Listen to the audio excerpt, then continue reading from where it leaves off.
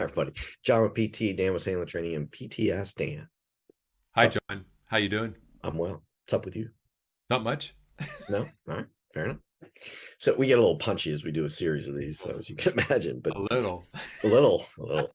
So let's talk about innovation. So I know there are certain things that I stray on sometimes at PT, my role, etc. So you can call it the new and shiny, you can call it a squirrel moment, you can call it whatever you want. But I get attracted to innovative new ways of doing things. I like to dive in, pull them apart, see if they'll work, etc. If I'm not careful, it takes me away from some of the other core things that I do. Mhm. So can you talk about how salespeople need to be thinking about innovation somewhat today, but not allowing that adjusting and staying on top of things and staying sort of on the cutting edge, if you want to think about it that way, or ahead of the curve, allowing that to distract so much from the other things that they need to do Mhm. that sales start to suffer, revenue starts to suffer. Well, this hits close to home because I'll give you some insight into Sandler Training Corporate, Yeah. and I as a franchise of that network. There was a pretty simple system of selling. Simple meaning it was simple to learn. It wasn't always easy to do, but it was simple to learn it. And back in the early 2000s, a lot of franchisees like myself started adding pieces to that sales system. And it just made it too complex. To then it gets to the point where it's almost very overwhelming. Yep. And it was interesting because within the last year, Sandler Corporate said, "Hey, we need to get back to our roots, our the Mhm. basics." Now, we can get back to those basics, but we need to update it for today.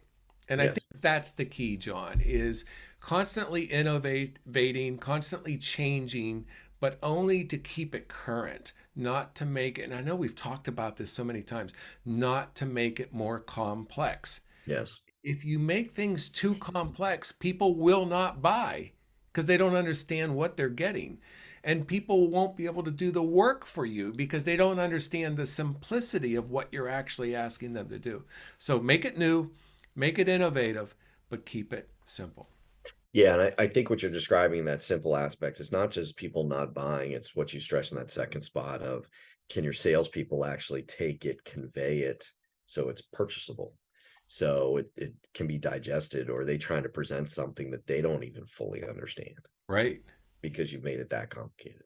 And when that happens, they shut down and they go, "Well, I Yes. don't want to buy because I don't understand." And John, I will tell you, I coach a lot of clients of PT and people in the financial industry and insurance industry and all that. There's so many companies there that go, "Oh, I came up with this 8-step process that works, and I've developed this huge trifold brochure that." Guess what? From your prospect's perspective, you have just made it complex and they Yes. don't get it. And when they don't get it, they don't want to buy because they don't know what they're buying. Yeah, and that goes back to how experience works against us there, Hmm. because we now know all this stuff and we want to impress with our knowledge and all these kinds of things. It's okay to leave the complex behind the scenes. That's why people hire you. They don't want the complex. They want to hire somebody to handle the complex.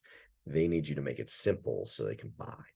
Yes, and then give them what detail they need, Yes, but nothing more than that. based on who they are. Yeah, I Yep. agree. Yep, All right, makes sense. everybody. See you again tomorrow. Take care.